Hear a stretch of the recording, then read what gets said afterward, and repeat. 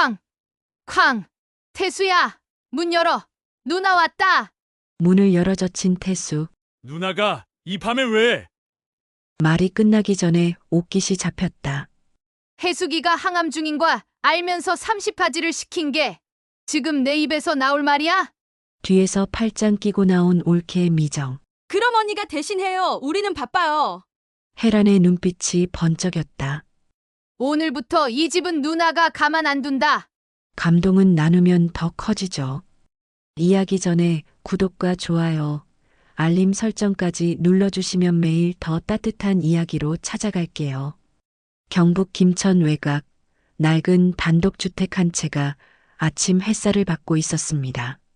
집안은 고요했고 작은 부엌에서는 죽을 데우는 소리만 조용히 들려왔습니다. 정혜숙은 가스레인지 앞에 서서 냄비를 저으며 숨을 깊게 들이쉬었습니다. 손이 미세하게 떨렸습니다. 항암 치료 3차째였습니다. 몸은 날마다 무거워졌고 아침마다 일어나는 것조차 버거웠습니다. 혜숙은 올해 58이었습니다. 3남매 중 막내였습니다. 남편은 5년 전 갑작스러운 심근경색으로 세상을 떠났습니다. 그날 이후 혜숙의 삶은 완전히 바뀌었습니다. 혼자가 된다는 것은 생각보다 훨씬 고독했습니다. 부산에 사는 딸은 직장일로 바빠서 한 달에 한 번 오면 다행이었습니다. 딸에게 짐이 되고 싶지 않았습니다. 아프다는 말도 최대한 줄였습니다. 전화할 때마다 엄마 괜찮아, 잘 지내라고만 말했습니다. 그래서 혜숙이 의지할 사람은 첫째 언니 정혜란과 둘째 오빠 정태수뿐이었습니다. 언니 혜란은 청주에 살았고 오빠 태수는 같은 김천에 살았지만 바쁘다는 이유로 자주 연락하지 않았습니다. 그래도 가족이었습니다. 혜숙에게는 유일한 혈육이었습니다. 혜숙은 죽을 그릇에 담으며 중얼거렸습니다. 오늘은 좀 덜 아프네. 버티자, 혜숙아. 스스로를 다독이는 목소리는 작고 떨렸습니다. 항암 치료를 시작한 지 석 달째였습니다. 처음에는 견딜만 했지만 회차가 거듭될수록 몸은 점점 망가졌습니다. 머리카락은 빠졌고 입맛은 사라졌습니다. 손발은 늘 저리고 힘이 없었습니다. 그래도 혜숙은 매일 아침 일어나 밥을 지었습니다. 살아있다는 걸 확인하듯이 말입니다. 죽을 한 숟가락 뜨려는 순간 휴대폰이 울렸습니다. 화면에는 오빠라는 이름이 떠 있었습니다. 혜숙은 잠시 망설이다가 전화를 받았습니다. 여보세요, 오빠. 전화기 너머로 오빠의 목소리가 들려왔습니다. 무뚝뚝하고 단호한 톤이었습니다. 혜숙아, 제사 있지? 다음 주 토요일이야. 올해는 내가 좀 맡아라. 엄마 돌아가신 지 20년인데 30까지는 해야 체면이 서지. 알았지? 혜숙은 숨이 턱 막혔습니다. 손에 든 수저가 그릇에 부딪혀 소리를 냈습니다. 제사 준비라니. 혜숙은 작년에도 했습니다. 재작년에도 했습니다. 그 전에도 계속 혜숙의 몫이었습니다. 언니는 멀리 산다는 이유로, 오빠는 바쁘다는 이유로 늘 혜숙이 준비했습니다. 하지만 올해는 달랐습니다. 혜숙의 몸은 예전 같지 않았습니다. 혜숙은 목소리를 가다듬으며 조심스럽게 말했습니다. 오빠, 나 지금 항암 중이야. 어제도 토했고 손도 덜덜 떨려서 요리를 제대로 못하겠어. 미안하지만 이번엔 좀 어려울 것 같아. 전화기 너머로 잠깐 정적이 흘렀습니다. 혜숙은 오빠가 이해해 주기를 바랐습니다. 항암이 얼마나 힘든지, 몸이 얼마나 망가지는지 알아주기를 바랐습니다. 하지만 오빠의 목소리는 차갑게 돌아왔습니다. 그까짓 게 무슨 핑계냐? 항암이면 뭐 어때? 요즘 사람들 다 아프면서도 일 다 하더라. 여동생이 좀 해야지. 우리 집안일이잖아. 누나는 청주 멀고 나는 바빠. 내가 제일 한가하잖아. 혜숙은 아무 말도 하지 못했습니다. 입술을 깨물며 눈을 감았습니다. 가슴이 먹먹했습니다. 한가하다고요. 항암 치료받으면서 매일 고통 속에 사는 게 한가한 거라고요. 해숙은 울컥 올라오는 감정을 억눌렀습니다. 오빠는 계속 말했습니다. 그래, 알았지? 내가 하는 거로 하자. 30까지 제대로 준비해. 끊는다. 전화가 끊겼습니다. 해숙은 휴대폰을 식탁에 내려놓고 고개를 떨궜습니다. 가슴이 답답했습니다. 숨을 쉬는 것조차 버거웠습니다. 항암 부작용으로 몸은 늘 무겁고 손은 제대로 힘을 쓸 수 없었습니다. 30가지 음식을 준비한다는 건 해숙에게는 불가능에 가까웠습니다. 하지만 해숙은 거절할 수 없었습니다. 평생 그랬습니다. 막내였고 여자였고 그래서 늘 집안일은 해숙의 몫이었습니다. 명절 때도 제사 때도 집안에 큰일이 있을 때도 해숙이 뛰었습니다. 아무도 고맙다고 하지 않았습니다. 당연하다는 듯이 해숙을 불렀고 해숙은 당연하다는 듯이 달려갔습니다. 그게 가족이라고 생각했습니다. 해숙은 수저를 놓고 작게 중얼거렸습니다. 가족 말이 약보다 더 쓰리네. 눈가에 눈물이 맺혔지만 해숙은 닦지 않았습니다. 그냥 그대로 앉아 있었습니다. 죽은 식어가고 있었습니다. 해숙은 휴대폰을 다시 집어들고 인터넷 쇼핑몰을 열었습니다. 장바구니를 열고 나물, 전재료, 고기, 생선을 하나씩 담기 시작했습니다. 손은 여전히 떨렸고 화면에 글씨가 흐릿하게 보였습니다. 시금치, 고사리, 도라지, 무나물, 북어, 명태, 조기, 소고기, 돼지고기, 전 부칠 밀가루와 계란. 해숙은 목록을 하나씩 체크하며 장바구니에 담았습니다. 숫자는 점점 늘어났습니다. 10가지, 20가지, 30가지. 30가지라는 숫자가 머릿속에서 빙글빙글 돌았습니다. 어떻게 하지? 어떻게 다 만들지? 해숙은 혼잣말을 하며 장바구니를 채워나갔습니다. 항목이 하나씩 늘어날 때마다 가슴은 더 무거워졌습니다. 제사는 일주일 뒤였습니다. 준비할 시간은 있었지만 해숙의 몸은 그 시간을 견딜 수 있을지 확신이 서지 않았습니다. 그래도 해야 했습니다.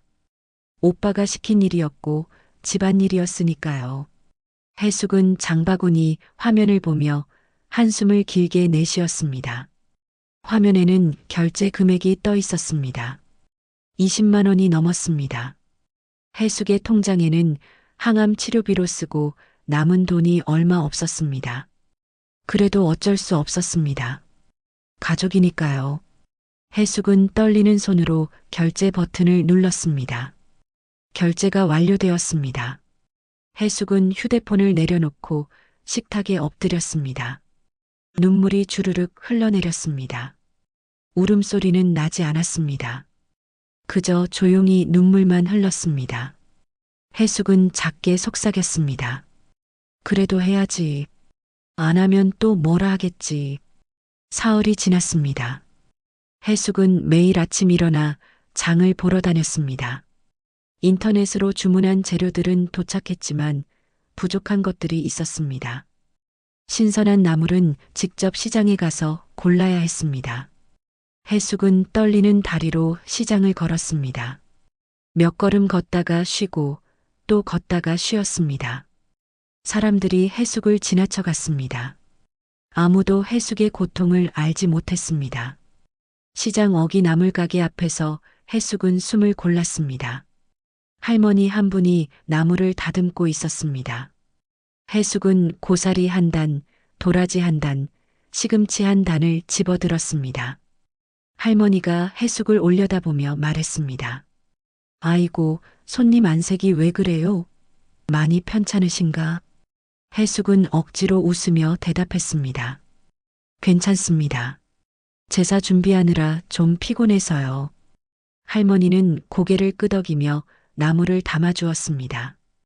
해숙은 계산을 마치고 무거운 장바구니를 들었습니다. 손에 힘이 들어가지 않아 장바구니가 흔들렸습니다. 집까지 가는 길이 멀게만 느껴졌습니다. 해숙은 몇 걸음 걷다가 담벼락에 기대어 쉬었습니다. 숨이 턱까지 차올랐습니다. 지나가던 아주머니가 걱정스러운 눈으로 해숙을 바라봤지만 해숙은 괜찮다는 듯 손을 흔들었습니다. 집에 돌아온 해숙은 소파에 주저앉았습니다. 숨이 가빠서 한동안 일어날 수가 없었습니다. 장바구니 속 나물들이 바닥에 흩어졌지만 치울 힘도 없었습니다. 해숙은 천장을 바라보며 눈을 감았습니다.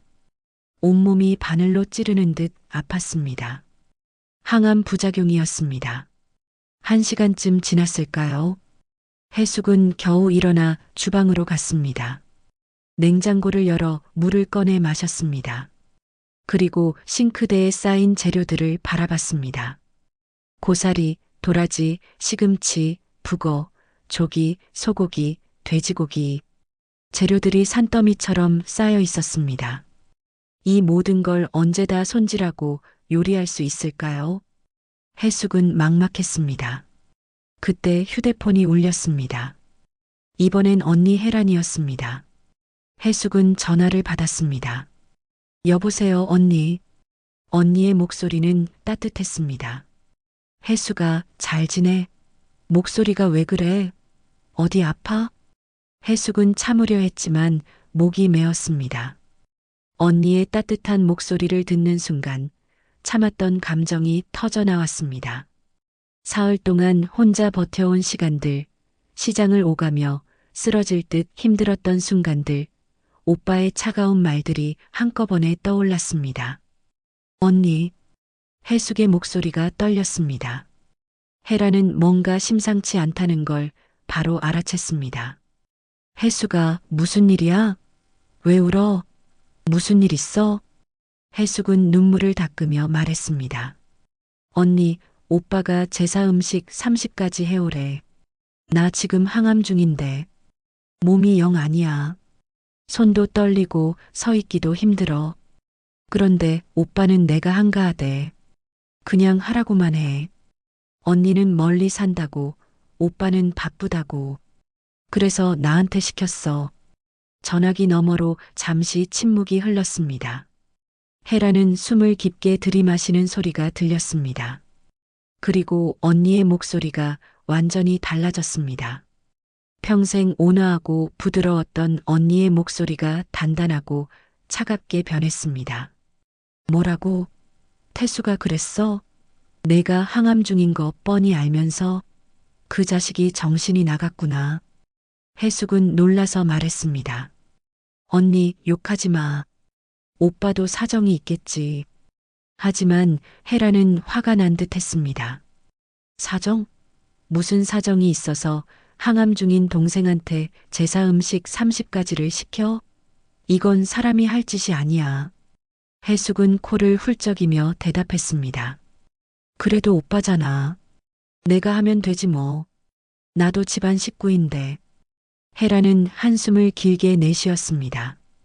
해숙아, 너는 너무 착해. 너무 착한 게 병이야. 언니 말 들어. 너는 아무것도 하지 마. 손 하나 까딱하지 마. 이건 언니가 나설 문제야. 알겠지?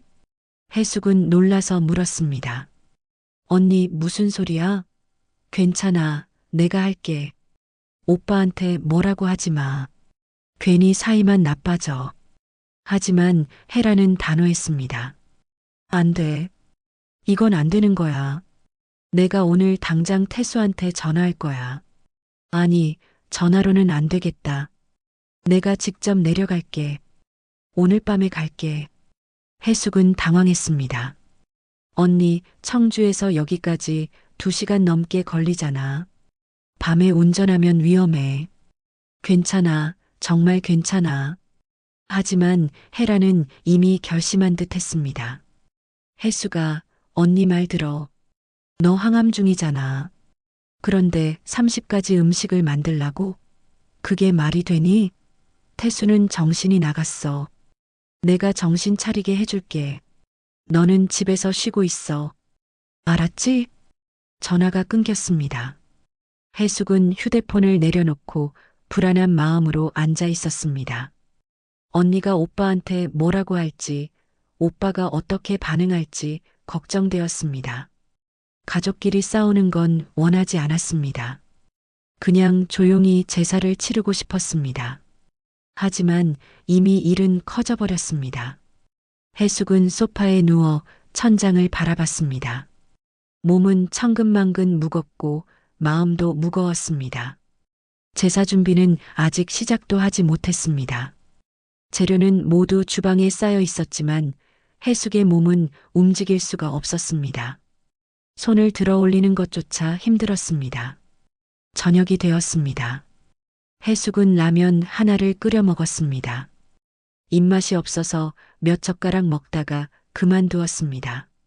설거지를 하려다가 그냥 싱크대에 그릇을 놓아두었습니다. 힘이 하나도 없었습니다. 해숙은 침대에 누워 눈을 감았습니다. 밤 10시쯤 혜란에게서 문자가 왔습니다. 해숙아, 언니 지금 출발한다. 태순의 집으로 바로 갈게. 너는 푹 쉬어. 해숙은 문자를 읽고 걱정스러운 마음으로 침대에 누웠습니다. 언니가 오빠한테 뭐라고 할지, 오빠네 집에서 무슨 일이 벌어질지 불안했습니다. 하지만 동시에 안도감도 들었습니다. 누군가 해숙의 편에 서준다는 게 고마웠습니다. 평생 혼자 버텨왔는데 이제 언니가 함께 싸워준다는 게 위로가 되었습니다. 해숙은 눈을 감았습니다. 그날 밤 해숙은 깊은 잠에 빠졌습니다. 그날 밤 8시 혜란은 청주를 출발했습니다. 고속도로를 달리는 내내 혜란의 가슴속에는 분노가 치솟았습니다. 항암 중인 동생에게 제사 음식 30가지를 시키다니, 그것도 혼자서 다 준비하라고 하다니. 혜란은 핸들을 꽉 쥐었습니다. 평생 동생들을 챙기며 살아온 혜란이었지만 오늘만큼은 참을 수 없었습니다. 2시간을 달려 김천에 도착했습니다. 밤 10시가 넘은 시각이었습니다. 혜란은 내비게이션을 따라 오빠 태수의 집으로 향했습니다. 집 앞에 차를 세우고 혜란은 깊게 숨을 들이마셨습니다. 마음을 가라앉히려 했지만 분노는 쉽게 가라앉지 않았습니다. 혜란은 차에서 내려 대문 앞에 섰습니다.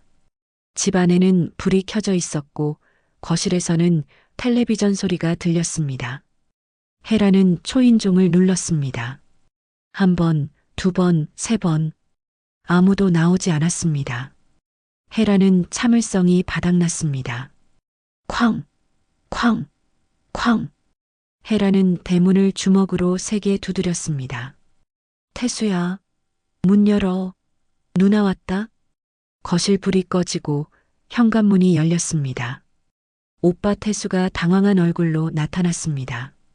태수는 잠옷 차림이었고 머리가 헝클어져 있었습니다. 아니, 누나가 이 밤에 여기까지 왜 온 거야? 무슨 일이야? 혜란은 대답 대신 태수를 밀치고 안으로 들어갔습니다. 태수는 어리둥절한 표정으로 혜란을 따라 들어왔습니다. 거실에는 올케 양미정이 소파에 앉아 있었습니다. 미정은 혜란을 보고 눈살을 찌푸렸습니다. 언니, 이 밤에 웬일이세요? 전화라도 하시지. 혜란은 미정을 쳐다보지도 않고 태수를 똑바로 바라봤습니다. 태수야, 너 정신 차려. 해숙이가 지금 무슨 상태인지 알기는 하냐? 태수는 당황한 표정으로 물었습니다. 무슨 소리야? 해숙이 왜? 혜란은 목소리를 높였습니다. 해숙이가 항암 중인 거 뻔히 알면서 제사 음식 30가지를 시킨 게 지금 내 입에서 나올 말이야? 태수는 잠시 멈칫했습니다. 그리고 변명하듯 말했습니다. 그래도 해숙이가 제일 잘하잖아. 누나는 멀리 살고 나는 바쁘고 해숙이가 시간도 제일 많고. 혜란은 믿을 수 없다는 표정으로 태수를 바라봤습니다. 시간이 많아? 항암 치료받으면서 매일 토하고 손 떨리고 일어서기도 힘들어 하는데 그게 시간이 많은 거야? 태수는 말문이 막혔습니다. 그때 소파에 앉아있던 미정이 팔짱을 끼고 말했습니다. 언니도 참 예민하시네요. 항암이 뭐 그리 대단하다고요. 요즘 사람들 다 아프면서도 일 다 해요. 해수기만 유난 떠는 것 같은데요. 헤라는 천천히 미정을 돌아봤습니다. 눈빛이 차갑게 식어 있었습니다. 지금 뭐라고 했어요? 미정은 주눅 들지 않고 대답했습니다. 사실대로 말한 거예요. 해수기가 좀 과장하는 것 같아요. 항암이면 뭐 어때요? 집안일은 해야죠. 우리도 바쁘다고요. 헤라는 주먹을 꽉 쥐었습니다. 참으려 했지만 더 이상 참을 수 없었습니다. 헤라는 미정 앞으로 다가가 차갑게 말했습니다. 당신 항암이 뭔지 알아요? 몸속 세포가 다 죽어가는 거예요. 머리카락 빠지고 손발 저리고 밥도 못 먹어요. 그런 사람한테 30가지 음식을 만들라고 시키는 게 사람이 할 짓이에요? 미정은 입술을 삐죽거리며 대꾸했습니다. 그럼 언니가 해오면 되죠. 청주에서 멀다고 맨날 핑계대지 말고요. 헤라는 더 이상 참지 못하고 소리쳤습니다. 핑계? 내가 핑계를 댔어? 나는 해수기가 아프다는 소리 듣기 전까지 몰랐어. 태수, 너 왜 나한테 말 안 했어? 해수기가 항암 중이라는 거 왜 안 알려줬어? 태수는 고개를 숙였습니다. 그냥 해수기가 알아서 할 줄 알았어. 헤라는 허탈하게 웃었습니다. 알아서 해? 동생이 죽어가는데 알아서 해? 이게 가족이야? 이게 오빠가 할 짓이야? 거실이 조용해졌습니다. 태수는 아무 말도 하지 못했고 미정은 팔짱을 끼고 고개를 돌렸습니다. 헤라는 숨을 고르며 천천히 말했습니다. 태수야, 나는 오늘 너한테 실망했다. 평생 동생 챙기며 산 오빠가 이럴 줄 몰랐어. 해수기는 지금 너희 체면 세우려고 제사 준비하느라 쓰러질 지경이야. 그런데 너희는 편하게 집에 앉아서 해수기 부려먹고 있잖아. 태수는 변명하려 했지만 헤란이 손을 들어 막았습니다. 이제 그만해. 나 오늘 여기 온 이유는 하나야. 해수기는 이번 제사 준비손 하나 안 돼. 내가 다 할 거야. 너희는 그냥 제사날 와서 절만 하면 돼. 미정이 벌떡 일어서며 소리쳤습니다. 언니가 뭔데 우리 집 제사일에 이래라 저래라 해요? 우리 집안 일인데. 헤라는 미정을 똑바로 바라보며 차갑게 말했습니다. 집안일? 막내 부려먹는 게 집안일이면 그 집안은 오늘부로 끝이에요. 나는 해수기 편에 설 거예요. 당신들이 뭐라고 하든 상관없어요. 헤라는 그 자리에서 휴대폰을 꺼내 어디론가 전화를 걸었습니다. 태수와 미정은 헤란을 멍하니 바라봤습니다. 전화가 연결되었습니다. 여보세요? 김천중앙시장 반찬 가게죠? 네, 제사 음식 30가지 주문하고 싶은데요. 내일 아침까지 준비 가능하세요? 네, 가능하다고요? 감사합니다. 주소는? 헤라는 태수의 주소를 불러주고 전화를 끊었습니다. 그리고 태수를 바라보며 말했습니다. 내일 아침 반찬 가게에서 제사 음식 다 가져올 거야. 해수기는 손가락 하나 안 돼. 알았지? 태수는 얼굴이 붉어지며 말했습니다. 누나, 이러지 마. 창피하잖아. 이웃들이 뭐라고 할지 몰라. 헤라는 냉정하게 대답했습니다. 창피한 건 너야. 항암 중인 동생한테 제사 음식 시킨 게 창피한 거지. 제사 당일 아침 해숙은 일찍 잠에서 깼습니다. 몸이 천근만근 무거웠지만 오늘만큼은 일어나야 했습니다. 제사날이었으니까요. 해숙은 비틀거리며 옷을 갈아입었습니다. 거울을 보니 얼굴이 창백했습니다. 눈 밑에는 다크서클이 짙게 내려앉아 있었습니다. 해숙은 가방을 들고 집을 나섰습니다. 오빠 집까지는 차로 15분 거리였습니다. 해숙은 천천히 운전했습니다. 손이 떨려서 핸들을 꽉 잡아야 했습니다. 신호등이 바뀔 때마다 숨을 고르며 버텼습니다. 오빠 집 앞에 도착했습니다. 대문을 열고 들어서니 언니 혜란의 차가 먼저 와 있었습니다. 해숙은 가슴이 두근거렸습니다. 어젯밤 언니가 오빠한테 뭐라고 했을까요? 오빠는 화내지 않았을까요? 해숙은 조심스럽게 현관문을 열었습니다. 언니 나왔어. 거실에는 언니 혜란이 앉아 있었습니다. 혜란은 해숙을 보자마자 일어나 안아주었습니다. 해숙아, 잘 왔어. 몸은 좀 어때? 해숙은 언니의 품에서 안도감을 느꼈습니다. 괜찮아. 오늘은 좀 나은 것 같아. 혜란은 해숙의 손을 잡고 소파에 앉혔습니다. 해숙아, 너는 오늘 아무것도 하지 마. 손 하나 까딱하지 마. 알았지? 해숙은 고개를 저었습니다. 언니, 그래도 내가 뭐라도 도와야지. 제사인데. 하지만 혜란은 단호했습니다. 안 돼. 너는 그냥 여기 앉아 있어. 그때 주방에서 오빠 태수가 나왔습니다. 태수는 해숙을 보고 어색하게 웃었습니다. 왔냐, 해숙아. 해숙은 일어나 인사했습니다. 응, 오빠. 미안해, 늦었지? 태수는 손을 저으며 말했습니다. 아니야. 일찍 왔어. 그냥 편하게 앉아 있어.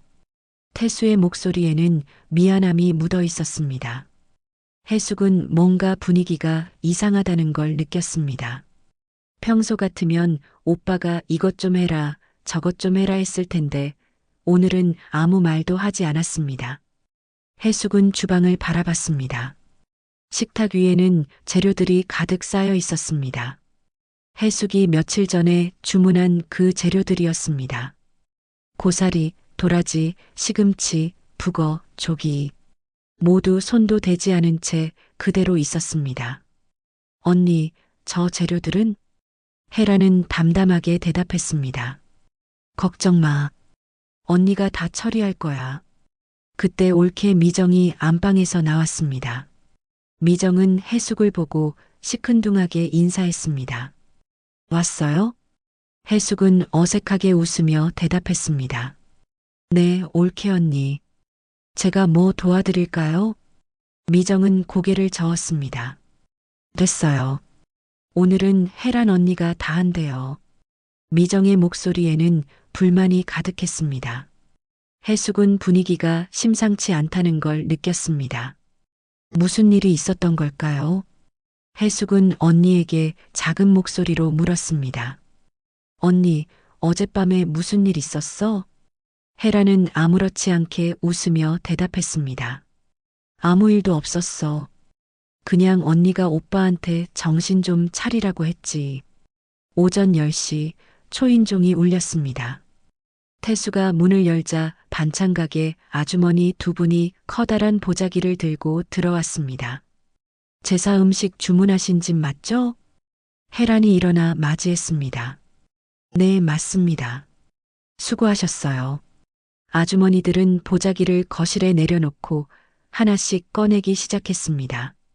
나물 9가지, 전 6가지, 생선 5가지, 고기 3가지, 나머지 반찬들까지 30가지가 넘는 음식들이 식탁을 가득 채웠습니다.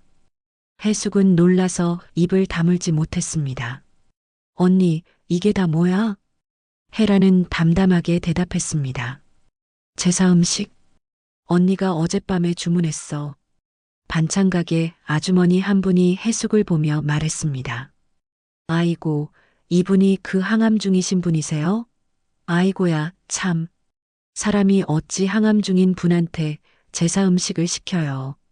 언니분이 어젯밤에 전화하셔서 사정 다 들었어요. 우리도 기가 막혀서 밤새 준비했답니다. 해숙은 얼굴이 빨개졌습니다. 동네 사람들까지 다 알게 되었구나. 창피했습니다. 하지만 동시에 고마웠습니다. 언니가 자신을 위해 이렇게까지 해준다는 게 믿기지 않았습니다. 반찬 가게 아주머니들이 돌아가고 거실에는 침묵이 흘렀습니다. 태수는 불편한 표정으로 서 있었고 미정은 팔짱을 끼고 화난 얼굴로 앉아 있었습니다. 혜라는 태수를 바라보며 말했습니다. 태수야, 이제 알겠지? 제사 음식은 돈 주고 사면 돼. 항암 중인 동생을 괴롭힐 필요 없어. 태수는 고개를 숙였습니다. 누나, 미안해. 미정이 갑자기 벌떡 일어서며 소리쳤습니다. 뭐가 미안해요?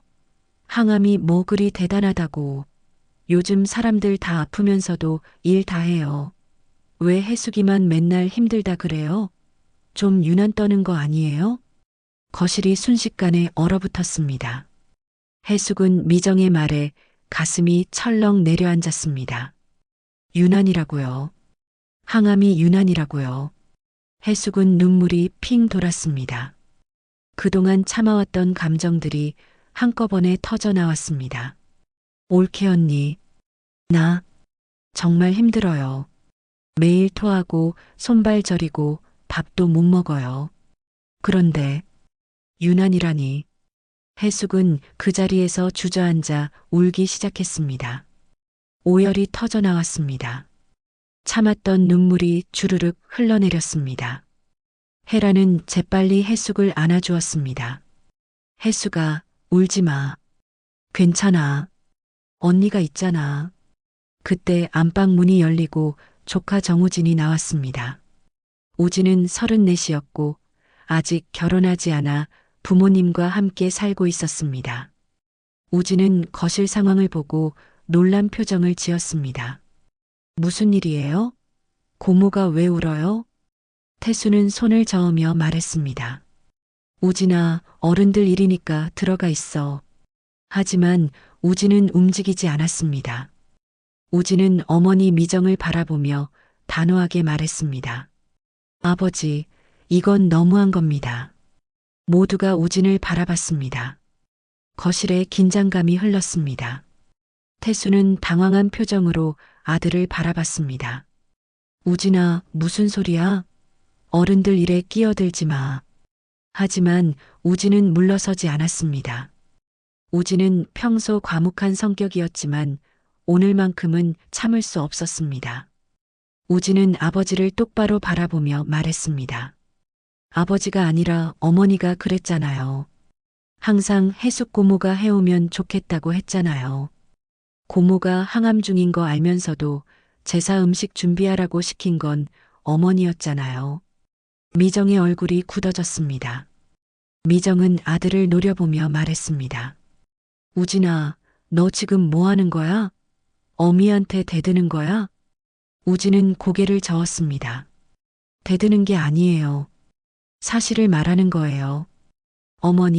어머니가 지난주에 아버지한테 말했잖아요. 해숙이한테 전화해서 제사 음식 준비하라고 해. 우리 둘 다 바쁘니까. 그렇게 말했잖아요. 제가 다 들었어요. 태수는 아내 미정을 바라봤습니다. 미정은 시선을 피하며 변명했습니다. 그건 해숙이가 원래 잘하니까. 우진은 계속 말했습니다. 어머니는 고모가 항암 중이라는 것도 알고 있었어요. 지난달에 아버지가 말했을 때 어머니가 뭐라고 했는지 기억하세요? 항암쯤이야 요즘 다들 치료받으면서 일하던데 뭐 그렇게 말했잖아요. 거실이 조용해졌습니다. 모두가 미정을 바라봤습니다. 미정은 얼굴이 붉어지며 화를 냈습니다. 그래, 내가 그랬어. 그게 뭐 어때서. 집안일은 여자가 해야 하는 거 아니야? 해숙이가 막내고 시집도 안 갔으면 당연히 집안일 도와야지. 혜란이 천천히 일어섰습니다. 혜란의 눈빛은 차갑게 식어 있었습니다. 시집 안 갔으면요? 해숙이 남편 돌아가신 지 5년 됐어요. 그것도 몰라요? 미정은 말문이 막혔습니다. 혜란은 계속 말했습니다. 해숙이는 지금 혼자 항암 치료받으면서 버티고 있어요. 딸은 부산에 있어서 자주 못 오고 의지할 사람은 우리밖에 없어요. 그런 동생한테 제사 음식 30가지를 시켰어요. 그것도 혼자 다 준비하라고요. 이게 사람이 할 짓이에요? 미정은 입을 다물었습니다. 태수는 아내를 바라보며 한숨을 쉬었습니다. 그동안 태수는 아내가 해숙에게 제사 준비를 시킨 줄 몰랐습니다. 아내가 권유했고 태수는 그냥 따랐을 뿐이었습니다. 해숙은 소파에 앉아 눈물을 닦았습니다. 우진은 해숙에게 다가와 무릎을 꿇고 앉았습니다. 고모, 정말 죄송해요. 제가 진작에 말렸어야 했는데 미안해요. 해숙은 고개를 저으며 말했습니다. 아니야, 우진아. 내 잘못이 아니야. 우진은 눈시울이 붉어졌습니다. 고모, 저 어렸을 때 고모가 저 많이 돌봐주셨잖아요. 아버지, 어머니 일하러 가시면 고모가 와서 밥 해주시고 숙제도 봐주시고 제가 아플 때도 병원 데려가 주시고 그런 고모한테 이렇게 대하다니 정말 죄송해요. 해숙은 우진의 손을 잡아주었습니다. 괜찮아, 우진아. 고모는 괜찮아. 하지만 해숙의 목소리는 떨리고 있었습니다. 괜찮지 않았습니다. 가슴이 아팠습니다. 평생 가족을 위해 헌신했는데 돌아온 건 이런 대우였습니다. 혜라는 미정을 똑바로 바라보며 말했습니다. 미정 씨, 사과하세요. 해숙이한테 사과하세요. 미정은 고개를 돌렸습니다. 왜 내가 사과를 해요?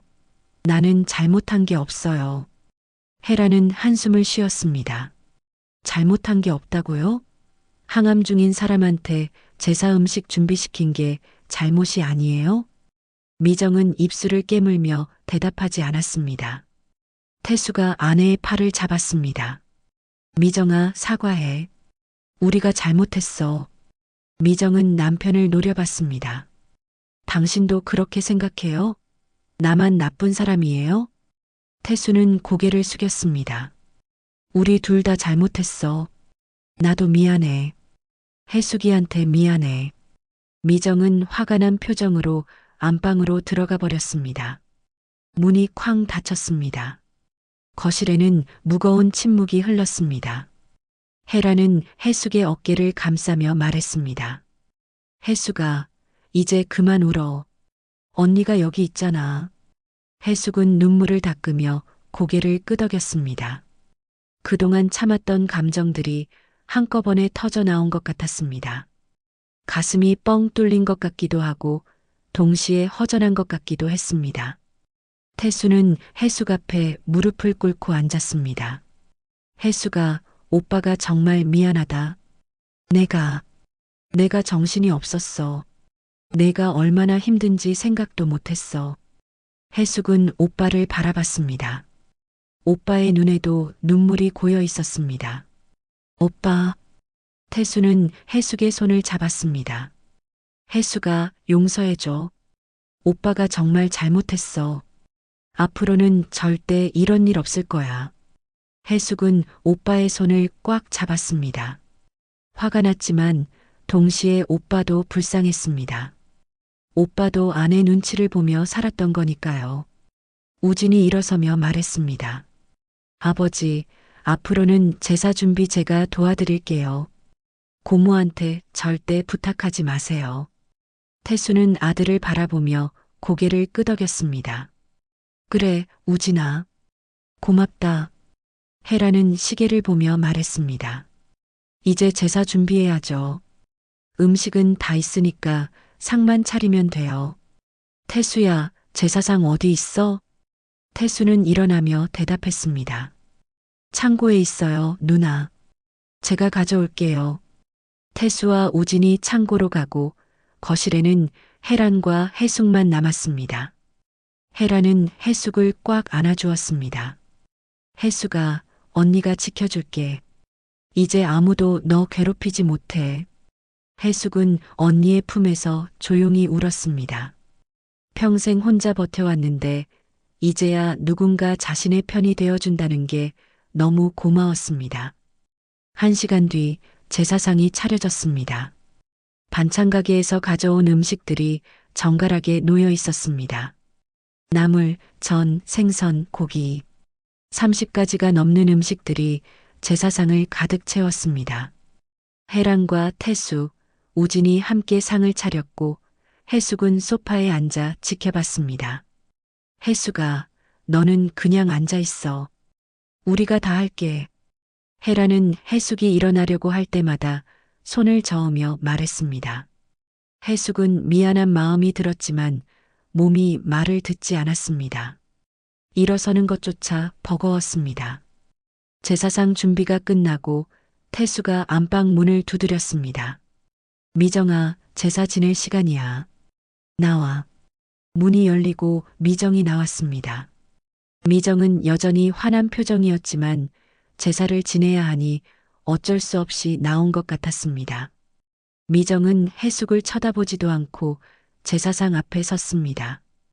태수가 향을 피웠습니다. 연기가 피어올랐습니다. 모두가 제사상 앞에 둘러섰습니다. 헤라는 해숙의 손을 잡아주었습니다.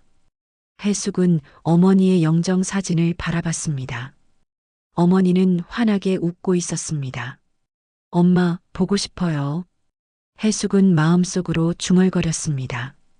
어머니가 살아계셨다면 해숙을 이렇게 힘들게 하지 않았을 거라는 생각이 들었습니다. 어머니는 항상 해숙을 아껴주셨습니다. 막내라서 더 챙겨주셨습니다. 제사가 시작되었습니다. 태수가 절을 하고 해란이 절을 했습니다. 우진도 절을 했고 미정도 마지못해 절을 했습니다. 해숙은 무릎을 꿇고 절을 하려 했지만 해란이 말렸습니다. 해숙아, 너는 앉아서 해. 무릎 꿇으면 안 돼. 해숙은 고개를 저었습니다. 괜찮아, 언니. 엄마한테 절은 해야지. 해숙은 천천히 무릎을 꿇고 절을 했습니다. 온몸이 떨렸지만 참았습니다. 어머니 앞에서만큼은 제대로 된 절을 하고 싶었습니다. 절을 마치고 일어서려는데 다리에 힘이 풀렸습니다. 해란과 우진이 재빨리 해숙을 부축했습니다. 고모, 괜찮으세요? 우진이 걱정스러운 목소리로 물었습니다. 해숙은 고개를 끄덕이며 웃었습니다. 괜찮아, 우진아. 고마워. 제사가 끝나고 모두가 상을 물렸습니다. 음식들을 치우고 밥을 먹을 준비를 했습니다. 헤라는 해숙을 식탁에 앉히고 음식을 덜어주었습니다. 해숙아, 조금만 먹어. 입맛 없어도 먹어야 해. 해숙은 숟가락을 들었지만 입맛이 없었습니다. 항암 부작용으로 음식 냄새만 맡아도 속이 메스꺼웠습니다. 하지만 언니가 챙겨준 음식을 남길 수 없어서 억지로 몇 숟가락 떠먹었습니다. 태수는 해숙 옆에 앉아 조용히 말했습니다. 해숙아, 오빠가 정말 미안해. 앞으로는 절대 이런 일 없을 거야. 제사 준비도 내가 할게. 너는 아프니까 신경 쓰지 마. 해숙은 오빠를 바라봤습니다. 오빠의 눈빛이 진심으로 미안해 보였습니다. 오빠 괜찮아. 나도 좀 예민했나 봐. 태수는 고개를 저었습니다. 아니야.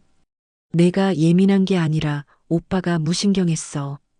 오빠가 잘못했어. 그때 미정이 식탁에 앉으며 말했습니다. 밥이나 먹어요. 다들 배고프잖아요. 미정의 목소리는 여전히 차갑고 불편해 보였습니다. 헤라는 미정을 바라보며 말했습니다. 미정 씨, 해숙이한테 사과 안 하실 거예요? 미정은 젓가락을 놓고 헤란을 노려봤습니다. 언니는 왜 자꾸 저한테만 그래요? 제가 뭘 잘못했다고요? 헤란은 차분하게 대답했습니다. 잘못을 인정하지 않으시니까 그러는 거죠. 해숙이한테 사과하세요. 미정은 입술을 깨물었습니다. 태수가 아내의 손을 잡으며 말했습니다. 미정아, 사과하자. 우리가 잘못했어. 미정은 남편의 손을 뿌리쳤습니다.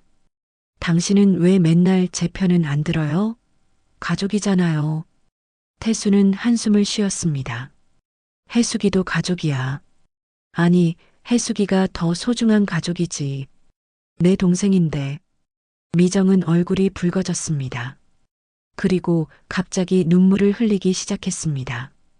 저만 나쁜 사람이에요? 저도 힘들어요. 시집 와서 30년 동안 눈치 보면서 살았어요. 시어머니 모시고 제사 지내고 집안일하고. 그런데 이제 와서 저보고 나쁜 사람이래요? 미정의 목소리는 떨리고 있었습니다. 태수는 당황한 표정으로 아내를 바라봤습니다. 혜란도 잠시 말을 잃었습니다. 미정은 계속 울며 말했습니다. 저도 사람이에요. 저도 힘들어요. 맨날 집안일만 하고 남편은 저한테 관심도 없고. 그래서 해숙이한테 부탁한 거예요. 저도 좀 쉬고 싶어서요. 거실이 조용해졌습니다. 미정의 고백에 모두가 놀란 것 같았습니다. 해숙은 올케를 바라봤습니다. 올케도 힘들었구나. 해숙은 그동안 올케의 입장을 생각해 본 적이 없었습니다. 혜란이 천천히 입을 열었습니다. 미정 씨, 힘든 거 압니다. 시집살이 힘든 거 저도 알아요. 하지만 그렇다고 해서 아픈 사람한테 일을 시키는 건 잘못된 거예요. 쉬고 싶으면 돈 주고 사면 되잖아요. 오늘처럼요. 미정은 눈물을 닦으며 고개를 끄덕였습니다. 알아요. 제가 잘못했어요. 해수가. 미안해. 미정의 목소리는 작고 떨렸습니다. 진심으로 미안해하는 것 같았습니다. 해숙은 올케에게 다가가 손을 잡았습니다. 올케 언니 괜찮아요. 저도 올케 언니가 힘든 거 몰랐어요. 미안해요. 미정은 해숙의 손을 꽉 잡았습니다. 아니야, 해숙아. 내가 미안해. 정말 미안해. 두 사람은 서로를 꽉 안아주었습니다. 혜라는 그 모습을 보며 안도의 한숨을 쉬었습니다. 태수는 눈가를 훔쳤고 우지는 조용히 미소 지었습니다. 가족이 다시 하나가 되는 순간이었습니다. 식사가 끝나고 모두가 거실에 모였습니다. 분위기는 아까보다 한결 부드러워졌습니다. 미정은 눈이 빨갛게 부어 있었지만 표정은 한결 편안해 보였습니다. 해숙은 소파에 앉아 차를 마셨습니다. 몸은 여전히 무겁고 피곤했지만 마음만큼은 한결 가벼워진 것 같았습니다. 혜란이 입을 열었습니다. 태수야, 이제부터 제사 준비 어떻게 할 건지 확실히 정하자.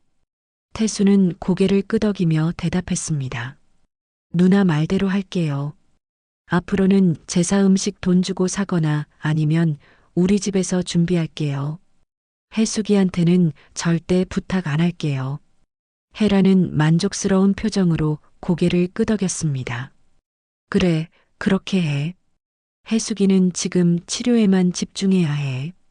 다른 건 신경 쓰지 마. 미정이 조심스럽게 말했습니다. 해수가 앞으로 명절이나 제사 때 오기만 해. 음식은 내가 준비할게. 아니면 음식 사서 준비하든지. 너는 몸 관리만 해. 해숙은 올케를 보며 고개를 끄덕였습니다. 고마워요, 올케 언니. 우진이 일어서며 말했습니다. 저도 도울게요. 앞으로는 제가 아버지 어머니 도와드릴게요. 고모는 푹 쉬세요. 해숙은 조카를 보며 눈시울이 붉어졌습니다. 우진아, 고맙다. 내가 이렇게 말해줘서 고모가 정말 고마워. 우진은 해숙 옆에 앉았습니다. 고모, 제가 어렸을 때 고모가 저 많이 돌봐주셨잖아요. 지금은 제가 고모를 돌봐드릴게요. 병원 가실 때도 제가 모셔다 드릴게요. 혼자 다니지 마세요. 해숙은 눈물을 닦으며 웃었습니다. 그래, 고맙다. 우진아. 태수가 해숙에게 다가와 앉았습니다. 해숙아, 오빠가 정말 미안했어. 그동안 너한테 너무 무심했어. 내가 혼자 얼마나 힘들었을지 생각도 못했어. 해숙은 오빠의 손을 잡았습니다. 오빠 괜찮아. 나도 말을 안 했으니까. 힘들다고 말했어야 하는데 그냥 참았어. 태수는 고개를 저었습니다. 아니야. 말 안 해도 오빠가 알아야 했어. 내가 항암 중이고 몸이 안 좋은데. 오빠가 너무 모질었어. 혜란이 끼어들었습니다. 태수야, 이제라도 정신 차렸으니 다행이야. 앞으로는 혜숙이 잘 챙겨줘. 알았지? 태수는 고개를 끄덕였습니다. 네, 누나. 꼭 그럴게요. 미정도 혜숙 옆에 앉았습니다.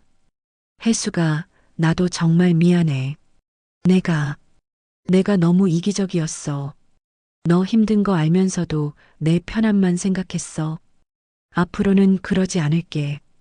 혜숙은 올케의 손을 꽉 잡았습니다. 올케 언니 괜찮아요. 저도 올케 언니 입장 이해해요. 시집살이 힘들잖아요. 저도 시집살이 해봐서 알아요. 미정은 눈물을 흘렸습니다. 혜수가 고마워. 내가 이해해줘서 고마워. 두 사람은 서로를 안아주었습니다. 혜라는 그 모습을 보며 흐뭇하게 웃었습니다.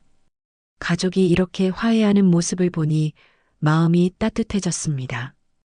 혜란이 일어서며 말했습니다. 자, 이제 다 정리됐으니 우리 앞으로 어떻게 할지 확실히 정하자. 혜숙이 항암 치료는 언제까지야? 혜숙은 잠시 생각하다가 대답했습니다. 다음 달까지 3번 더 받아야 해요. 그 다음에는 검사 결과 보고 결정한대요. 혜라는 고개를 끄덕였습니다. 그럼 그동안은 절대 무리하지 마. 집안일도 하지 말고 제사 준비도 하지 마. 그냥 치료에만 집중해.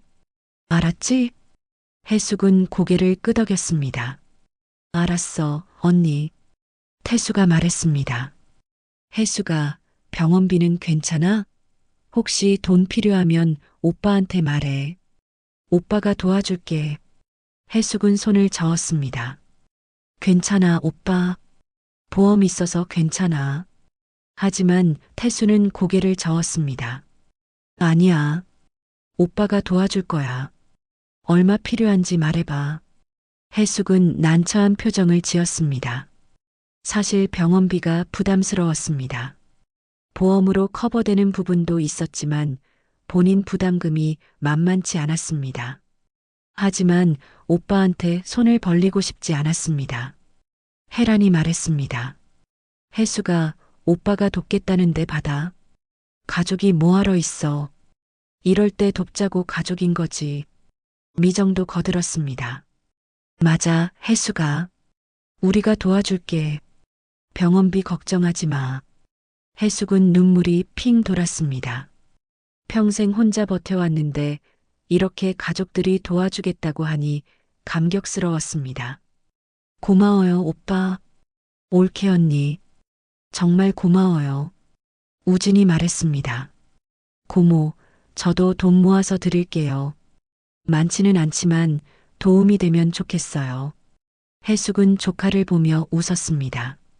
우진아, 내 마음만 받을게. 너는 내 미래를 위해 저축해. 우진은 고개를 저었습니다. 아니에요, 고모.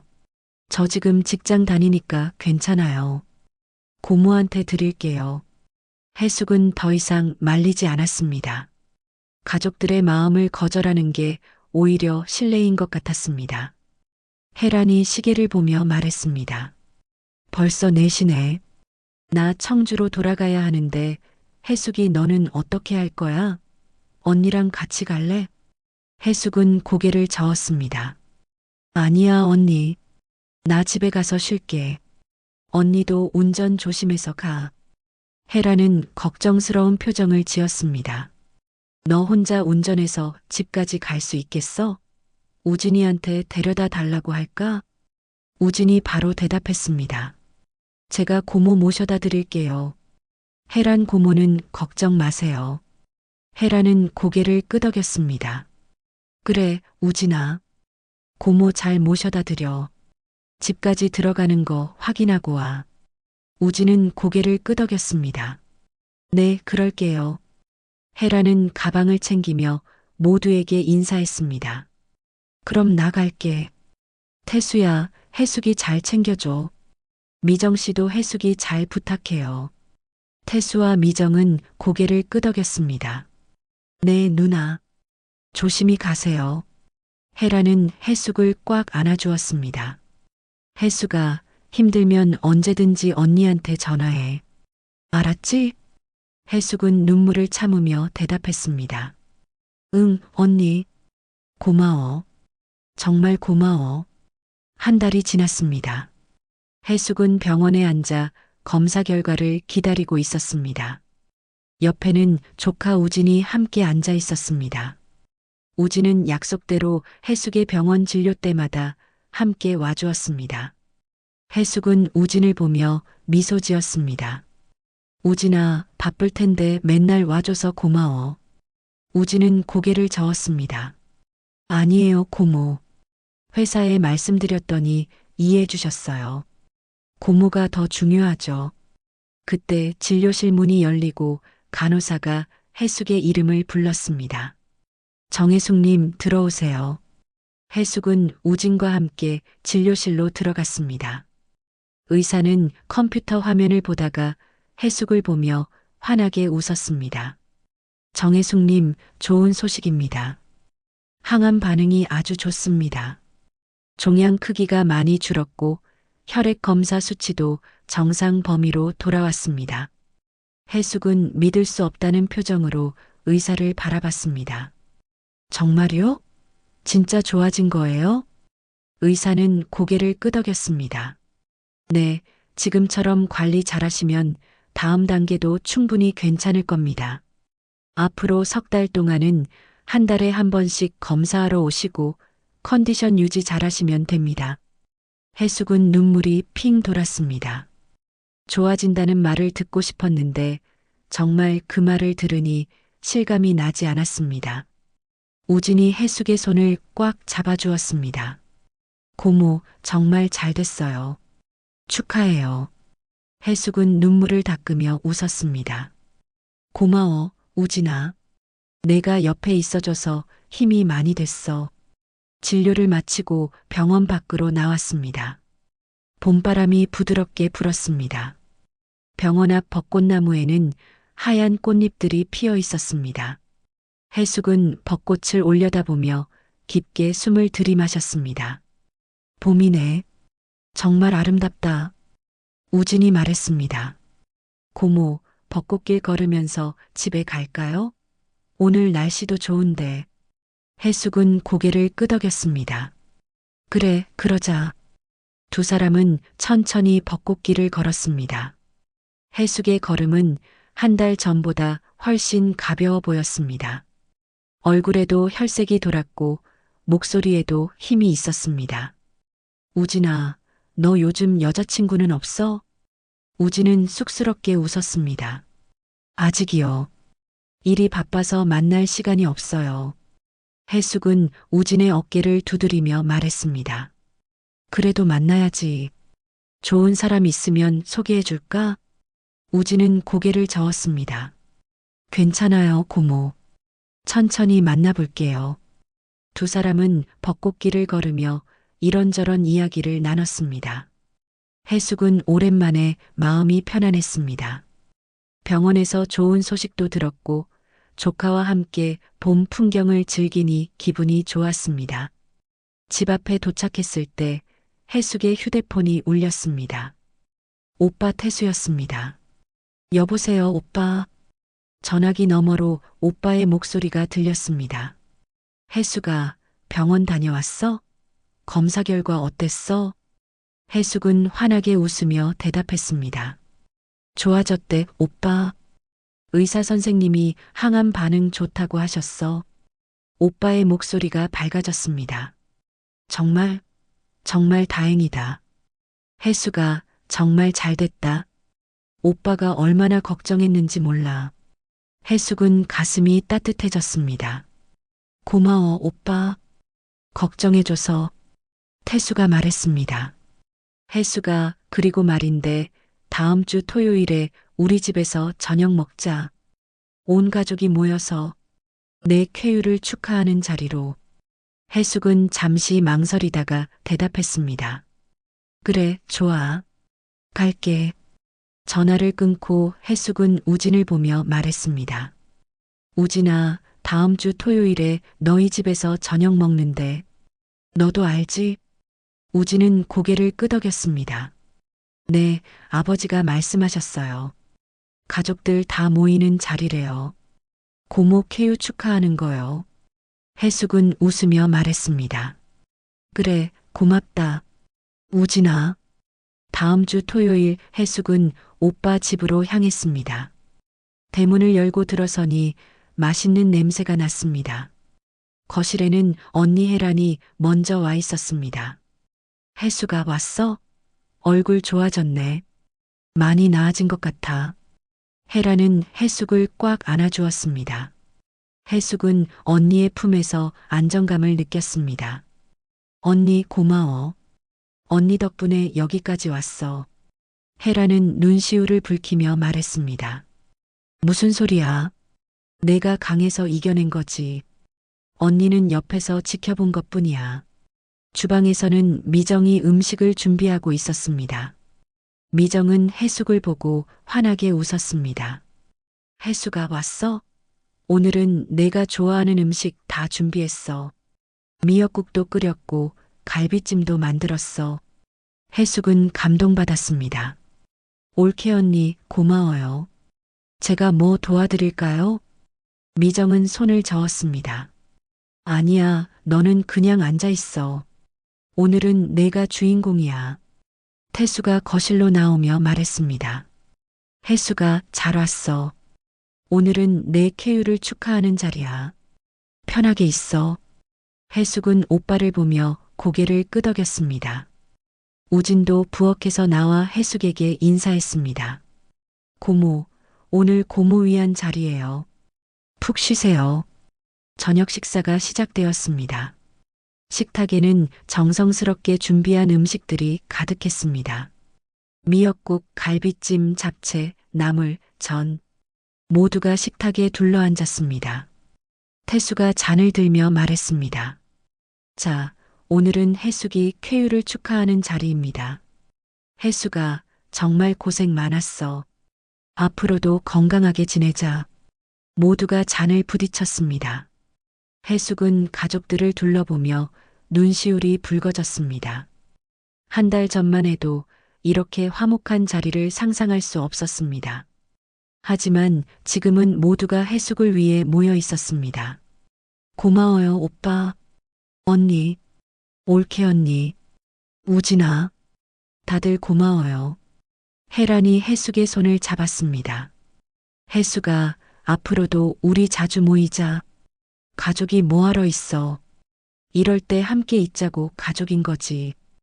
해숙은 고개를 끄덕이며 웃었습니다. 식사를 마치고 모두가 거실에 앉았습니다. 해숙은 창밖을 바라봤습니다. 저녁 노을이 아름답게 물들어 있었습니다. 해숙은 조용히 중얼거렸습니다. 이제야 가족 같네. 그 말을 들은 혜란이 해숙의 어깨를 감싸며 말했습니다. 그래, 이제부터 진짜 가족이야. 해숙은 가족들을 바라보며 미소 지었습니다. 힘든 시간을 겪었지만 그 시간이 가족을 더 단단하게 만들어준 것 같았습니다. 이제는 혼자가 아니었습니다. 가족이 함께였습니다. 당신의 하루에 작은 감동이 되었다면 구독과 좋아요로 함께 걸어주세요. 다음 이야기도 따뜻하게 준비해 두겠습니다.